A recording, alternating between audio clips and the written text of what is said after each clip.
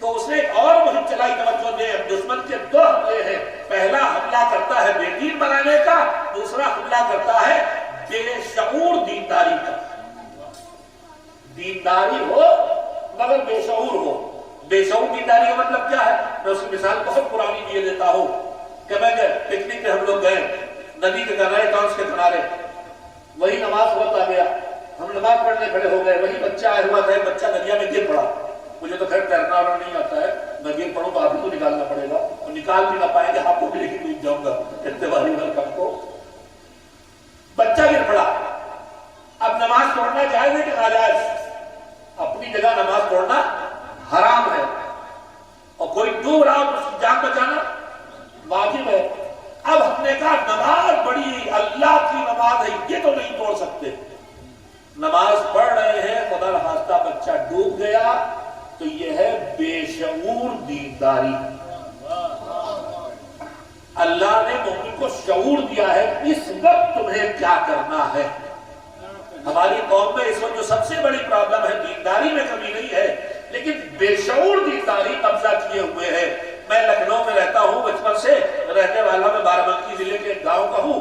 میں نے جو منظر دیکھے ہیں ہمارے یہاں خاص کر کے لکھنؤ میں، کہ جب عورتوں کا ماتم ہو، وہ نوچندی جمعرات، مجھے نہیں پتا چندہ چندی نوچندہ نوچندی کا مذہب سے کیا رشتہ ہے، اس لیے کہ میں نے آج تک کہیں نہیں پڑھا، اگر پڑھا ہو ممبر سے بات ہے، ریکارڈ ہوتی ہے جاتی ہے۔ اگر ہر مہینے کی پہلی شب جمعہ کی کوئی خصوصیت مذہب میں بتائی گئی ہو تو ہمیں بتا دیا، ورنہ ہر شب جمعہ چاہے پہلی ہو، چاہے دوسری ہو، چاہے تیسری ہو، سب کے لیے جو حکم مذہب ہے وہ اپنی جگہ ہے۔ اچھا، اگر پہلی شب جمعہ کی کچھ حیثیت بھی ہے الگ سے، تو اس میں یہ جو نو چندہ اور نو چندی آئی ہے، یہ مذہب اہل بیت سے نہیں ہے۔ بات یہ ہے سنیں گے، گنگا کہاں سے نکلی؟ اپنے کو سمجھ جائے، گنگا نکلی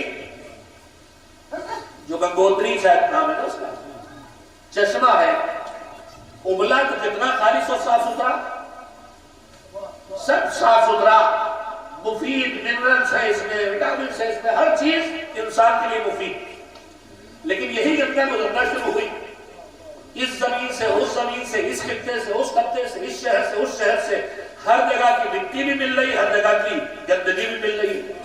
تو ہمارے آپ کے علاقے میں آتے آتے پانی اتنا پالوٹڈ ہو گیا کہ اب یہ زندگی بچائے گا نہیں، پیو گے تو مار ڈالے گا۔ تو میرے عزیزوں، یہ چشمہ اسلام مکے سے نکلا، مدینے سے پھوٹا، پھیلا تو دشمنوں نے ستایا، تو کبھی ہم ایران سے گزرے، کبھی عراق سے گزرے، کبھی افغانستان سے گزرے، کبھی پنجاب سے گزرے، کبھی راجستھان سے گزرے، مختلف علاقوں سے گزرتے رہے، مختلف مذہبوں کے درمیان سے گزرتے رہے، مختلف کلچر کے درمیان سے گزرتے رہے۔ یہ چشمہ مذہب جو خالص مدینے سے مکے سے پھوٹ کر چلا تھا، اس میں راستے بھر کی ملاوٹیں ہوتی رہی۔ اب یہ ملاوٹیں اتنی بڑھ گئی ہیں کہ ان پر جب تک عقل و شعور کا فلٹر نہ لگایا جائے گا، یہ بجائے جان بچانے کے جان لیوا بن جائے گا۔ ایک صلوات بھیجے محمد وعلی امام خمینی رحمۃ اللہ علیہ کی ایک بات میں اکثر نقل کرتا ہوں کہ اسلام ہمارے بچانے کے لیے آیا، اسلام اللہ نے ہماری حفاظت کے لیے بھیجا، دین ہمیں لیے بھیجا، ہم ترقی کریں، دنیا بھی اچھی بنائیں، آخرت بھی آباد کریں۔ مگر پھر ہم کیوں نہیں کامیاب ہیں؟ ہم کیوں پچھڑے ہیں؟ ہم کیوں بگڑے ہیں؟ ہم ساری قوموں میں کیوں سب سے پیچھے دکھائی دیتے ہیں؟ تو انہوں نے اس کی مثال دی، میں بھی اس کے نمونہ ہلکا سا آپ کے سامنے رکھا ہے۔ انہوں نے فرمایا کہ پانی اللہ نے کس لیے بنایا ہے؟ پانی کس لیے بنایا ہے کہ پانی ہماری جان کی حفاظت کرے، مگر یہ پانی ہماری جان کی حفاظت کرنے کے لیے آیا، یہی پانی بیمار بناتا ہے کہ نہیں؟ جو ماڈرن میڈیکل سائنس ہے، مجھے کسی ڈاکٹر نے کافی پہلے کہا تھا کہ جو انکشافات ہوئے ہیں ان میں ایک بہت بڑا انکشاف جب بھی ہوا صدیوں پہلے وہ تھا کہ بہت سی بیماریاں پانی سے پھیلتی ہیں، یعنی پانی میں بیماریوں کے جراثیم شامل ہو جاتے ہیں اور پھر انسان کو بیمار کرتے اس پہ کنٹرول کیا گیا تو بیماریاں رکی. تو پانی ہماری حیات اور زندگی کے لیے آیا ہے، لیکن یہی پانی اگر ہم گھڑے میں بھر کے، بالٹی میں بھر کے دروازے میں رکھ دیں، ادھر سے بیل گاڑی، ادھر سے گائے، ادھر سے گھوڑا، ادھر سے ٹریکٹر، دھول اڑی، مٹی اڑی، یہ جراثیم، وہ جراثیم، وہ جراثیم. اب یہی پانی جو ہم نے رکھا تو خالص تھا، مگر اس میں جراثیم مل گئے، تو یہی پانی ہم پئیں گے تو زندگی نہیں دے گا، موت تک پہنچا دے گا. تو انہوں نے کہا کہ پانی ہماری حیات ہے، مگر پانی ہماری حیات کی حفاظت کرے گا جب تک ہم پانی کی حفاظت کریں گے.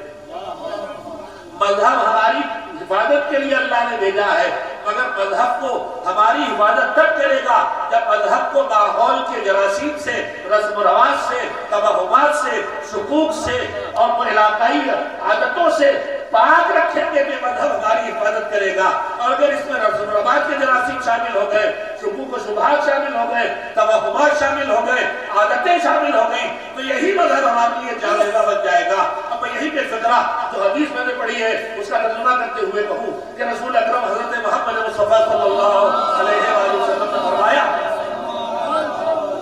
کہ ہمارے حسین کی شہادت کی وجہ سے اللہ نے دلوں میں وہ حرارت اور گرمی پیدا کی ہے کہ جو کبھی بھی ٹھنڈی نہیں ہوگی.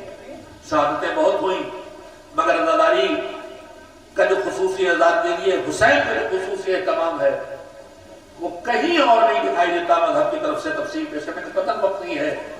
آپ کے سامنے عزاداری کے فضائل، عزاداری کی اہمیت مسلسل بیان کی جاتی ہے. میں ایک نمونہ خالی رکھنا چاہتا ہوں. ہم یہاں بیٹھ کے جسے یہ بیٹھے ہوئے ہم اسے کیا کہتے ہیں؟ آپ مجلس.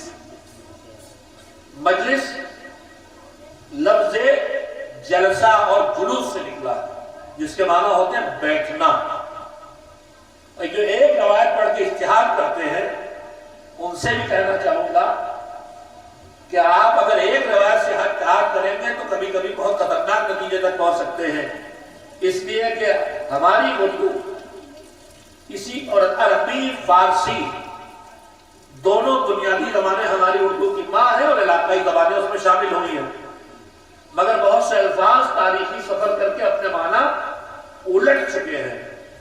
عربی میں جلوس کا مطلب ہوتا ہے بیٹھنا اور اردو میں جلوس کا مطلب ہوتا ہے اجتماعی طور پر چلنا. تو اگر خالی یعنی ایک روایت دیکھ کے مجتہد بنے تو جہاں اللہ کہے گا چلو وہاں بیٹھ جائیے گا، جہاں کہے گا بیٹھو وہاں چل پڑیے گا. بیٹھو کہنے کا مطلب حرام ہے، چلو کا مطلب واجب ہے. ہو سکتا ہے اگر زیادہ اجتہاد کا ڈالا ایک ایک روایت پر کچھ واجب کو حرام کر بیٹھیے گا اور حرام کو واجب بنا بیٹھیے گا، اور یہ ہو رہا ہے. خیر بات میں نے آپ کی ضرورت کہہ دی. تو عزاداری کی بے انتہا تاکید ہے. پورا موضوع ہے عشر محرم آ رہا ہے نہیں، عشر اولا آپ سنیں گے اس کو.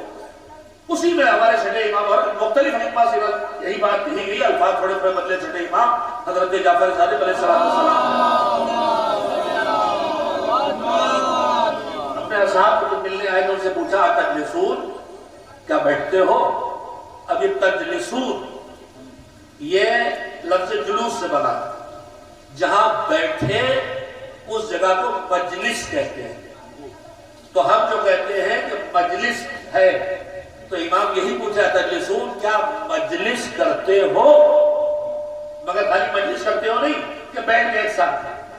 وَتَحْدَثُونَ، بیٹھتے ہو تو ہماری حدیثیں بیان کرتے ہو. یعنی مجلس اگر کرو تو امام کہہ رہے مجلس میں ہماری بات بتاؤ، اپنے تکے مت لگاؤ. مجلس ہماری بات کہنے کے لیے دو کلمے ہیں روایت میں، تحدثون بھی ہے اور تذکرون بھی ہے. بیٹھتے ہو تو ہماری حدیث، ہماری بات کرتے ہو. وتذکرون، بیٹھتے ہو تو ہمیں یاد کرتے ہو. امام نے یہ نہیں کہا کہ بیٹھو تو ہمارے دشمنوں کو یاد کرتے ہو کہ نہیں، ہمیں یاد کرتے ہو کہ نہیں. لوگوں نے کہا مولا ہم کرتے ہیں ایسا. تو فرمایا کہ کرو، یہ ایسی مجلسیں کرو. فَإِنِّي أُحِبُّ هَٰذِهِ الْمَجَالِسِ، میں ایسی مجلسیں، ایسی تمہاری نشستیں جن میں تم یہ دو کام کرو، ہمارے بارے میں بات کرو اور ہماری بات دوسروں تک پہنچاؤ، یعنی ان کی سیرت بھی بیان کرو اور ان کی حدیث کو بھی پہنچاؤ۔ تو ایسی مجلسیں مجھے پسند ہے۔ اور اس کے بعد امام نے دعا دی، فرمایا رحم اللہ، جو یہ جملہ تھا احیو امرنا، ہمارے امر کو زندہ کرو، رحم اللہ من احیا امرنا، جو ہمارے امر کو زندہ کرے اللہ اس پر رحمت نازل کرے۔ تو لوگوں نے پوچھا مولا آپ کا امر، آپ کا کام ہم زندہ کریں؟ آپ امام، آپ معصوم، آپ اللہ کی طرف سے پیغام دین کا لے کے آئے، ہماری کیا حیثیت ہے کہ جو آپ کہہ ہمارے امر کو زندہ کرو، اس سے کیا مراد ہے؟ تو فرمایا کہ کیا ہے یہ؟ فرمایا جب پوچھا گیا کہ آپ کے عمل کو ہم زندہ کریں تو کیا ہے، تو فرمایا کہ یتعلم علومنا ویعلم الناس، ہمارے عمل کا احیاء، ہمارے عمل کو زندہ کرنا یہ ہے کہ مجلس پڑھنے والا، ذاکر، شاعر، خطیب، سوسان جو بھی ہو، جس لہجے میں بات کرے، نثر ہو، نظم ہو، منقبت ہو، جو بھی جس طرح بھی یہ کر رہا ہے وہ کیا کرے؟ ان یتعلم علومنا، ہمارے علوم کو حاصل کرے، وَيُعَلِّمَ النَّاسِ، اور جو لوگ ہمارے علوم سے بے خبر ہیں انہیں انہی مجلسوں کے ذریعے ہمارے علوم سے باخبر بنائے۔ میرے عزیزوں، موضوع طویل ہے۔ اس وقت اللہ نے عزاداری جو رکھی اس کی خدمت و مصلحت کیا تھی؟ دیکھیے اللہ نے دین بھیجا تو دین کے 3 مرحلے ہیں۔ ایک اللہ کی بارگاہ سے آنا، بس آخری بات، اس کے بعد وقت بالکل نہیں واقع ہے، وقت فضیلت بھی ختم ہو جائے، اس سے پہلے نماز جماعت ہو جائے۔ دین کا آنا ایک کام ہے، جو دین آیا اسے لوگوں تک پہنچانا دوسرا کام ہے، اور جب پہنچایا جائے تو کچھ مانتے ہیں اور کچھ نہیں مانتے، جو نہیں مانتے اور کچھ اٹھتے دین مٹانے پہ لگ جاتے ہیں۔ تو جب دین خطرے میں پڑے تو اسے بچانا تیسرا ہے۔ پروردگار عالم نے تینوں ذمہ داریاں انبیاء مرسلین کے حوالے کی، ادھر سے دین لاؤ 1، لوگوں تک پہنچاؤ 2، خطرے میں آئے تو بچاؤ 3۔ دین جناب آدم سے آنا شروع ہوا، آگے بڑھا، مگر جناب عیسیٰ کی توجہ دے، میں آخری بات کر رہا ہوں، جناب عیسیٰ تک دین پہنچایا بھی انہوں نے، لائے بھی، پہنچایا بھی، مگر کسی رسول کو 5 صاحبان شریعت میں 4 گزر گئے جناب عیسیٰ، کسی رسول کو جاتے جاتے یہ سمجھ نہ ملی کہ دین مکمل ہو گیا۔ تو جب دین مکمل نہیں ہوا تو ادھر سے لانے کی ضرورت رہی کہ نہیں رہی؟ مگر جب سرور کائنات نے 23 سال دین لا کے پہنچایا، آخری حج سے واپس آئے، میدان غدیر میں گھر کی آنے والی ہے، میدان غدیر میں پالان شتر کی بلندی پر علی کو ہاتھوں پہ لے کے دکھایا اور کہا کہ من کنت مولا فہذا علی مولا، جس کا میں مولا اس کے علی مولا۔ ادھر سے آیت آئی الیوم اکملت لکم دینکم، آج دین پورا ہو گیا۔ تو جب ادھر سے جو آنا تھا آ گیا تو اب لانے والے کی ضرورت باقی۔ اکثر سوال کیا جاتا ہے کہ آخر رسالت کیوں ختم ہوئی، امامت کیوں جاری ہوئی؟ رسالت کا کام تھا ادھر سے لانا، ادھر پہنچانا اور پھیلانا اور بچانا۔ اب جب لانے کی ضرورت نہیں رہی تو رسالت ختم ہو گئی، امامت ختم ہو گئی، مگر جب تک زمین کے ذرے ذرے تک اور ہر انسان تک دین نہ پہنچ جائے اس وقت تک پہنچانے والے کی ضرورت بھی ہے، اور جب تک دشمن دین باقی رہے بچانے والے کی ضرورت بھی ہے۔ لہذا اس نے سلسلہ امامت قائم کر دیا کہ دین آ تو چکا ہے مگر ابھی پھیلنا ہے اور بچنا ہے۔ ہر امام آتا رہا، دین پھیلاتا رہا، دین بچاتا رہا۔ پھیلانے کے کام بھی سب نے کیے، بچانے کے کام بھی سب نے کیے، مگر پھیلانے میں سب سے زیادہ نمایاں علی کا کردار ہے، تو بچانے میں سب سے نمایاں حسین کا کردار ہے۔ اب آخری وارث سے علی و حسین آیا، آج پردہ غیب میں رہ کے دین بچا رہا ہے، کل مارکر ظہور میں آ کے دین کے پھیلانے کا فریضہ انجام دے۔ صلوات بھیجیں محمد وآلہ۔ عزاداری کا فلسفہ کیا اسے ہم سمجھتے تو بہت سے مسائل کو تو ہم خود حل کر لیں گے۔ دشمنوں نے، صرف دشمنوں نے نہیں، ان کے عصر غیبت میں جانے کے ذمہ دار، بہت سخت جملہ ہے مگر سچ، ان کے عصر غیبت میں جانے کا ذمہ دار دشمن ہی نہیں ہے، دوست بھی ہے۔ غیبت میں جانے کا ذمہ دار دشمن نہیں ہے، دوست ہے۔ حسین کو صرف 72 ملے تھے تو میدان میں آ گئے، پھر کوئی امام نہ آیا، مشورے دیے گئے، تاریخیں آپ کے سامنے ہیں۔ ابو مسلم خراسانی چڑھے امام کے پاس، ہارون مکی سے کہا تنور میں کود جا، کود گئے۔ مسلم سے کہا تم، اس سے پہلے تو انہوں نے کہا کہ ہم سے خطا کیا ہوئی ہے؟ تو امام نے فرمایا تھا کہ ابو مسلم خراسانی سے دیکھو جو ہارون مکی ہیں، تو آپ کیا دہرانے کی ضرورت نہیں ہے، یاد آ گیا ہوگا آپ کو۔ یہ ہارون مکی تنور میں کود گئے، تم کہہ رہے تو بابا ہزاروں لوگ ایسے ہیں ہماری مدد کے لیے تیار، ایسے کتنے ہیں؟ تو امام نے ابو مسلم نے کہا کہ ایسا تو ایک بھی نہیں، کہا پھر آئندہ اپنے امام کو مشورہ دے۔ یعنی امام کو ایسے اطاعت گزار چاہیے جیسے ہارون مکی تھے۔ دشمن ہی سبب نہیں ہے، غیب میں جانے کا سبب بھی دوست تھے۔ اور آج بھی بہت سخت بات ہے مگر سچ ہے جیرو، ہم قصوروار ہیں کہ ہم نہیں بنے ویسے جیسے کا امام انتظار کر رہے ہیں۔ کسی بزرگ عالم کا جملہ ہے کہ ہم اپنے کو منتظر، ان کو منتظر کہتے ہیں۔ ہم انتظار کر رہے ہیں اور ان کا انتظار کر رہے ہیں۔ عالم نے کہا واقعی سچ ہے، کہا ہم منتظر ہی نہیں ہے، ہم بھی منتظر ہیں۔ امام بھی منتظر ہیں، وہ انتظار کر رہے ہیں کہ کب اتنا بدلیں گے، یہ کب اتنا سدھریں گے کہ ہماری جو بات ان تک پہنچے اسے مان لیں، بے چون و چرا قبول کر لیں۔ تو تاخیر کے اسباب میں ایک خود ہم ہیں، جب تک ہم نہ بدلیں گے یہ اثر غیبت چلتا رہے۔ انہیں 313 کی تعداد وہ والی چاہیے جو پہلی سب میں کھڑی ہو، جو کربلا میں انصار حسین تھے کہ جب خیموں پہ تیر بارانی شروع ہوئی تو دیوار جسموں کی بنا کھڑے ہو گئے۔ وہ تو جنگ تھی باطل کو رسوا کر کے پہچنوا کے قیامت تک کے لیے، دین کی حفاظت انتظام کرنے کے لیے۔ اب جو جنگ ہے وہ عالمی پیمانے پر جنگ احزاب ہے، بڑی۔ کل مکے میں جنگ احزاب ہوئی تھی، چھوٹی کی، آج بڑی جنگ ہے۔ وارث حسین کو آنا ہے تو اس جنگ کو جیتنا ہے، تو پھر اس کے لیے اس سے ہی افراد کی ضرورت ہے جو کم سے کم 313 ہیں، جو ہارون مکی جیسے ہوں۔ جب تک ہمارے درمیان ہارون مکی نہیں پیدا ہوتے، امام اسی طرح رہیں گے۔ عزاداری پروردگار نے کیوں رکھی، میں سمیٹ کے بات کہنا چاہتا ہوں، اسے دین کو قیامت تک بچانا بھی تھا، چلانا بھی تھا۔ عصر غیبت میں اماموں کے جانے کے بعد، امام کے جانے کے بعد اب دین کیسے چلے، دین کیسے پہنچے، دین کیسے بچے۔ عصر غیبت میں امام چلے گئے، مرجعیت کے نظام اس نے دیا، میں بابا بالکل نہیں ہے، اور نہیں دونوں پہلوں کو شروع کرتا۔ عصر غیبت میں دین کی بقا کے پروردگار کے دو خصوصی انتظام ہیں، ایک انتظام مرجعیت، ایک مرکز سے جڑے رہے، اور ایک عزاداری۔ اب مجھے جملہ کہنے دیجیے کہ مرجعیت کا نظام اس قوم میں جو ہجرتوں سے گزری ہے، ہم آپ جو سادات ہیں، یہ جو غیر سادات بھی ہیں، نہ جانے کہاں کہاں گھسلے گئے، مارے گئے، کن کن ملکوں سے مارے پھرے، اپنی اولاد سے اپنا مذہب نہ بتا سکے، حالات سے گزرے۔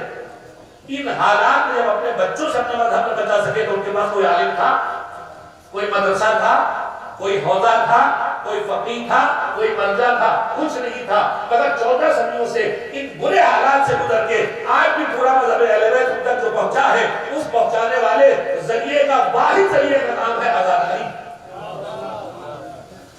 ہمارے بزرگوں نے کچھ نہ کیا، مگر گھر میں آئے تو چاہے تہواروں میں چھپ کے صحیح حسین کی مجلس کی۔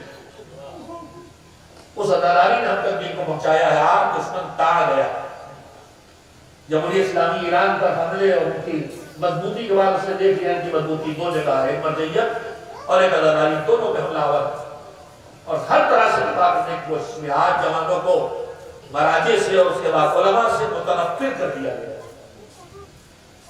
ہر گھر کے بزرگ کی ذمہ داری ہے کہ اپنے بچوں کو بتائے کہ تم دھوکا کھاؤ۔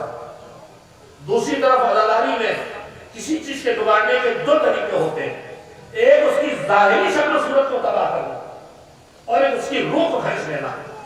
پہلی کوشش کرتا ہے اور ظاہری شکل و صورت کی میں نمونہ سنا دیتا ہوں، اس پر کی چالیں ہمیں محسوس ہونا چاہیے. صدیوں سے جو نماز ہم نے اپنے باپ دادا سے سیکھی اور ہمارے باپ دادا جا کے جڑے علم تحریک سے اور انہوں نے اپنے باپ دادا سے سیکھی. امام موسیٰ قانی نماز پڑھی تو جعفر صادق کو دیکھی، جعفر صادق نے پڑھی تو محمد باقر کو سلسلہ دے کے رسول اللہ کی نماز نسلوں میں آئی تک آ گئی. ہم نسلوں کو دیکھ کے ہمارے ارد جو آئے انہوں نے بھی وہی نماز پڑھی. صدیوں سے جو نماز پڑھی جا رہی تھی آج ایک بحث کھڑی ہو گئی. تشہد میں تیسری گواہی توحید اور رسالت کے بعد تیسری گواہی ولایت کی. یہ معلوم ہے دشمن کیا کرتا، اس نے نگاہ ڈالی کہ اعمال کی دنیا میں جتنے اللہ نے ہمارے دل میں کام رکھے ہیں ان میں ایک عمل ایسا ہے جس سے یہ مشہور معصومین کا ارشاد ہے کہ قبل ما سوا، یہ قبول تو سب قبول اور یہ رد تو سب رد، اور وہ ہے نماز. اور سب سے پہلا سوال جو ہوگا قیامت کا ہے سے نہ نماز روزے سے، نہ زکات سے، نہ حج سے، نہ آزاداری سے. پہلا سوال ہوگا تم نے نماز پڑھی تھی کہ نہیں. اگر وہ پڑھی اور ایسی کی قبول تو سب تھی، حج بھی، زیارت بھی، نذر بھی، نیات بھی، تلاوت بھی، قرآن بھی، دعا بھی، سب قبول. وہ مدت رتبہ سوا، یہ رد تو سب رد. دشمن پیچھے لگا ہے. ایک دشمن وہ ہے جو شیطان وسواس، ہمارے دو چھپے دشمن ہے. ایک سامنے نہیں ہے مگر سامنے ہمارے باہر ہے، وہ ہے شیطان. اور ایک سامنے نہیں ہے، وہ ہمارے اندر ہے، وہ ہمارا نفس ہے. اور نفس شیطان سے زیادہ خطرناک دشمن ہے. ہم سارا بلیم شیطان پہ لگاتے ہیں. مجھے ایک روایت پڑھی تھی، اعتماد تھا لیکن الجھن بھی تھی کہ رمضان میں شیطان قید ہو جاتا ہے. تو الجھن یہ تھی کہ جب رمضان میں شیطان قید ہے تو پھر ہم گناہ کیوں کرتے ہیں. میں نے بھی چند برسوں پہلے ہی اس کا جواب کسی بڑے عالم سے کتاب میں پڑھا. ان سے پوچھا گیا کہ رمضان میں شیطان قید ہو جاتا تو گناہ کیوں کرتے ہیں. کہ اللہ یہی تو بتانا چاہتا ہے کہ شیطان کے قید ہونے کے بعد بھی گناہ کرتے ہو، یعنی شیطان سے زیادہ خطرناک تمہارا دشمن تمہارا نفس ہے جو تم سے گناہ کراتا ہے. شیطان قید ہے پھر بھی روزہ کھا رہے ہیں تو یہ نفس ہے. شیطان قید ہے پھر بھی روزہ رکھ کے گالیاں بک رہے ہیں تو یہ نفس ہے. تو نفس شیطان سے زیادہ خطرناک ہے. تو ایک دشمن، دو دشمن ہے اندر کے، ایک نفس اور ایک ہمارا شیطان. یہ نفس ہر جگہ گھس جاتا ہے. نماز میں مکاری کے ذریعے، تلاوت و دعا میں اور نوحے میں، اپنے گلے کا سر دکھانے کے لیے، تبرک میں شان دھارنے کے لیے، مجلس میں بڑا ذاکر بلا کے اپنی عظمت کا اقرار کرنے کے لیے، یہ سب شیطان نہیں ہمارا نفس کرتا رہتا ہے. تو دو چیزیں ہیں جو بگاڑنے کو لگی. اس نے دیکھا نماز قبول تو سب قبول، لہذا نماز کا ڈھانچہ ہی توڑ دو. تشہد میں ایک شہادت پڑھوا دیا، جو ڈھانچہ نہیں توڑیں گے تو اسے روح چھین لو. کھڑے ہے نماز دنیا بھر میں دوڑ رہا، ہر بھولی بات کماتے ہیں. نماز کی روح چھین لو. عزاداری کسی کی طرف سے لگا ہوا لے لیا میں نے، مگر آخری جملہ قیمتی ہی کہہ رہا ہوں. آپ کو ہم کو ہوشیار رہنا ہے. دشمن ہماری عزاداری کے ڈھانچے کو بھی بگاڑنے کی کوشش کر رہا ہے، اور بگاڑا ہے، اور ہماری عزاداری کی روح کو بھی ڈیمیج کر رہا ہے. عزاداری دین بچانے کے لیے آئی تھی، آج دین اور دینداری اور عزاداری میں ٹکراؤ کا ماحول پیدا کر دیا ہے.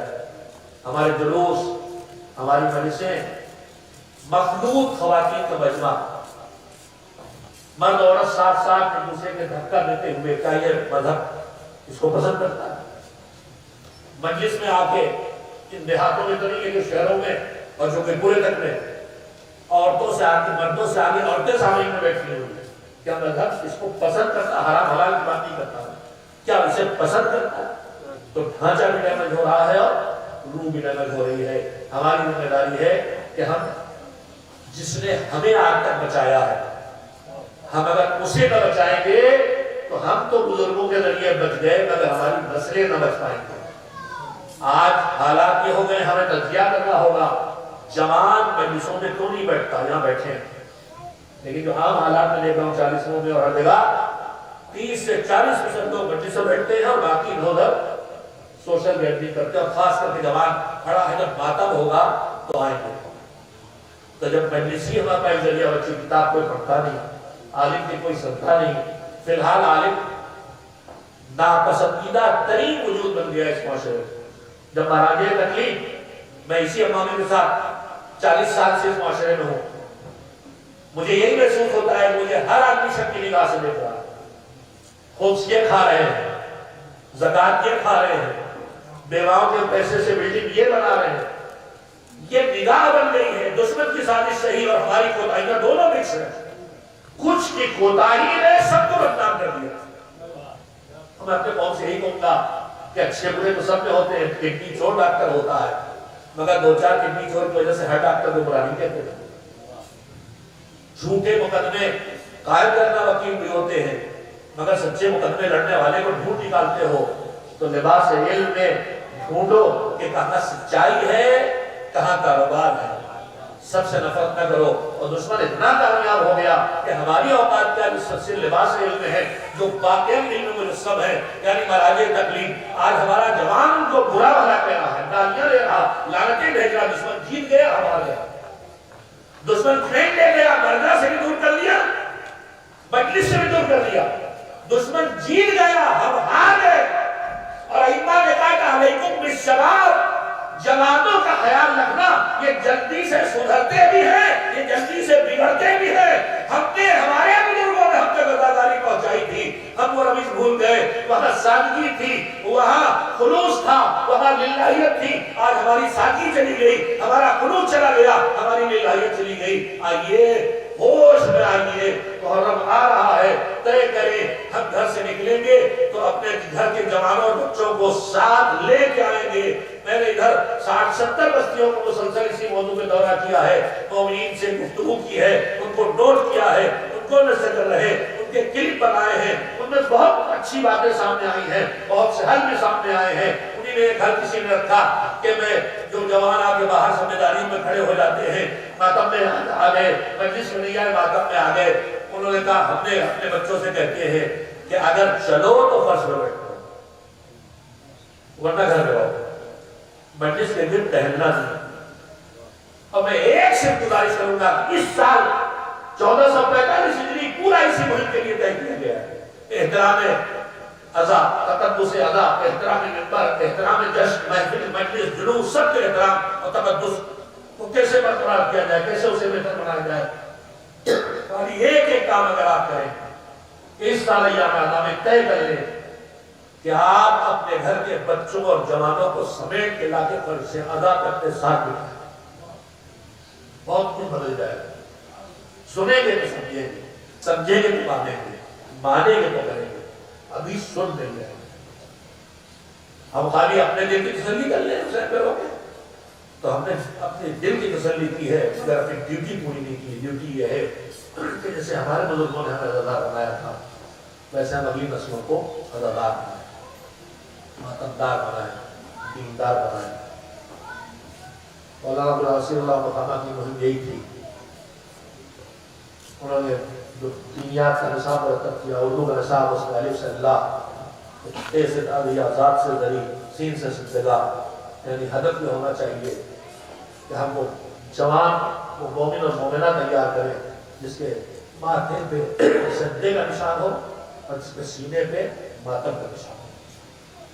نماز ہو، اس لیے حسین نے نماز کی بچانے کے لیے سر کٹایا تھا، اور عزاداری ہو اس لیے کہ حسین نے ہی قربانی دے کے دین بچایا تھا۔ نماز آئی ہے ہمارے پاس تو حسین کے ذریعے، حسین رہیں گے تو یہ سب رہے گا۔ ہمارے بیچ سے حسین نہ رہ گئے، صرف نام حسین رہ گیا، ذکر حسین کافی نہیں ہے، فکر حسین کا لاتا نہیں ہے۔ خالی ان کی یاد نہ ہو، ان کی فکر، ان کی سوچ بھی ہمارے اندر منتقل ہو، انہوں نے کیا کیا، ان کو اپنی جنت، وہ تو جوانان جنت کے سردار تھے، انہوں نے جتنی قربانیاں دی ہیں وہ ساری قربانیاں ہماری اور آپ کی وقت کے لیے دی ہیں۔ ایام اعظم نزدیک ہے۔ حقیقت یہ ہے کہ کربلا کا آغاز ہو چکا ہے، ابھی محرم آئے گا، محرم کے درمیان جو شہادتیں ان کے مسائل آپ سنیں گے، مگر میں سوچ کے بے چین ہوتا ہوں